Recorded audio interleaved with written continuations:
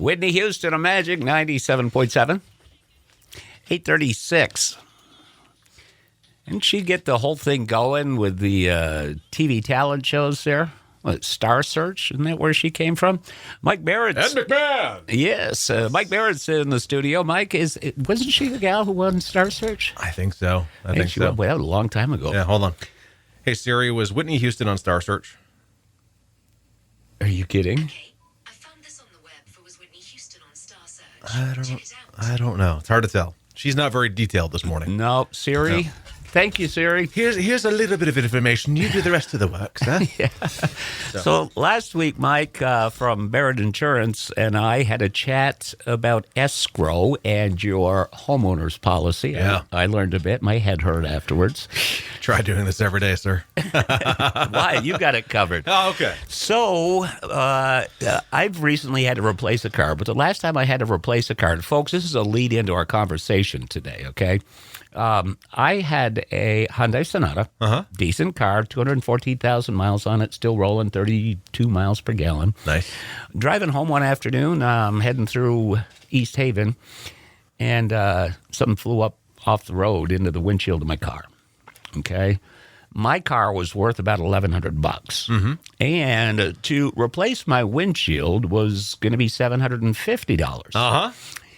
And I had a $500 deductible on glass. Yes. Guess what we had to do? Total the car. Yep, we had to total it. All over claim. a stone chip. Wow. Because it would have had to have replaced the window. So because my deductible was so high, it was a total on the vehicle. Yeah. Let's talk deductibles. And it could have run as a total on the vehicle, even with some of the other scenarios, just because of the equation that they use for actual cash value of the vehicle versus cost to repair it. But that's kind of moot based on what our conversation will be here, because we're talking about your choice of deductibles. Choice of deductibles, we'll start with the auto side, since you gave that great lead in. So on the auto side, you have two types of physical damage coverage. All right. One is called comprehensive, a.k.a. other than collision. I hate that the companies call it one or the other, but it's the same thing. The other one is collision. Each one can have their own deductible. All right. So when you look at this, it's important to realize what they cover. We'll just call it comprehensive in the example this morning. Again, other than collision, that covers fire, theft, vandalism, impact with animals, hailstorms, if it's in a garage and the garage burns, if you're at a tailgate party watching the Miami Dolphins on a Sunday and somebody forgets to put out their grill and all your cars burn up. I don't know if you saw that. That was on Sunday in Miami. I didn't see that. But it also covers glass, which is important, right? So glass is probably one of the highest probability losses that can happen to your car. And I tell people all the time, I don't care if your car is brand new or has 218,000 miles on it, it's susceptible to a glass claim, and that can cost you money. All right, so it's important to leverage the deductible choice here. So choose a deductible that makes sense for you. And remember, with comprehensive, many companies, especially over the past couple of years, have introduced the option for a $0 glass deductible, meaning no out-of-pocket expense for the peril of loss to glass. That's it. Now, sorry, I don't want to jump. I don't want to cut you short. I want you to keep going here, okay? But here's an example. When people think about glass needing to be replaced, they think about the windshield initially. My friend Paul out here has a brand new Lightning F-150 pickup. It has a glass roof.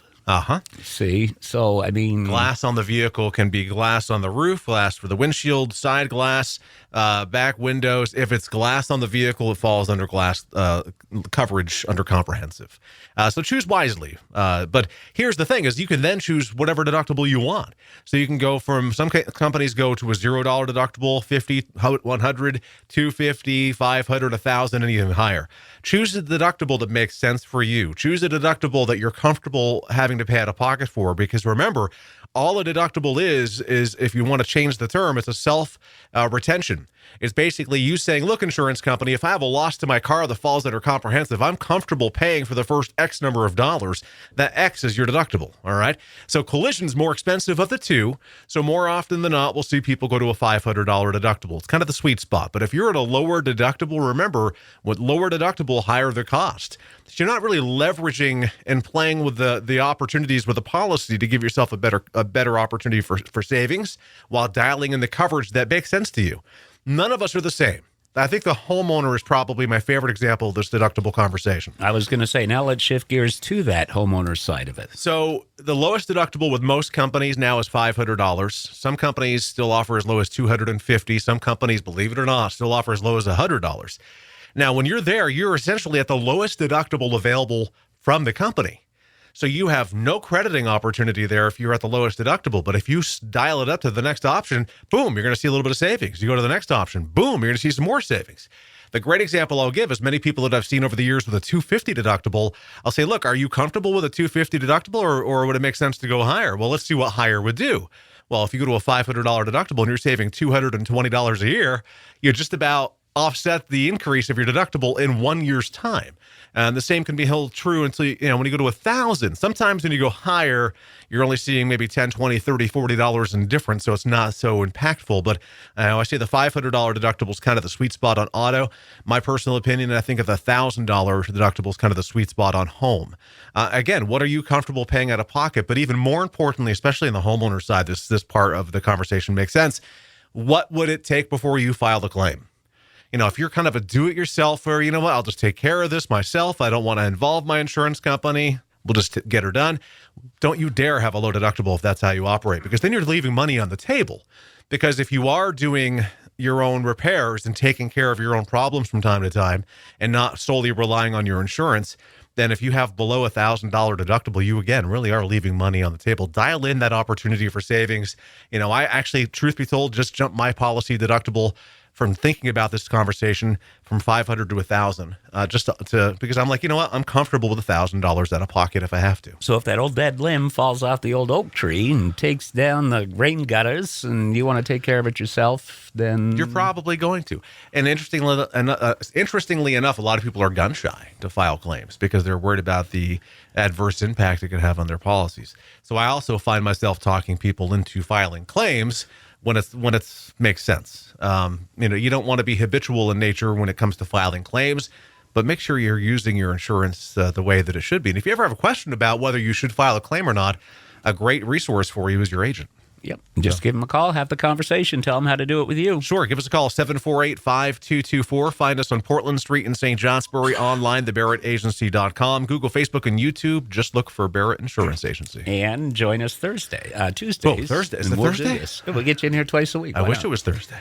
Mike. Tomorrow would be Friday. Good to see you. Thanks for sipping coffee with us. Be well. We go to the music with Sabrina Carpenter on Magic in the Morning.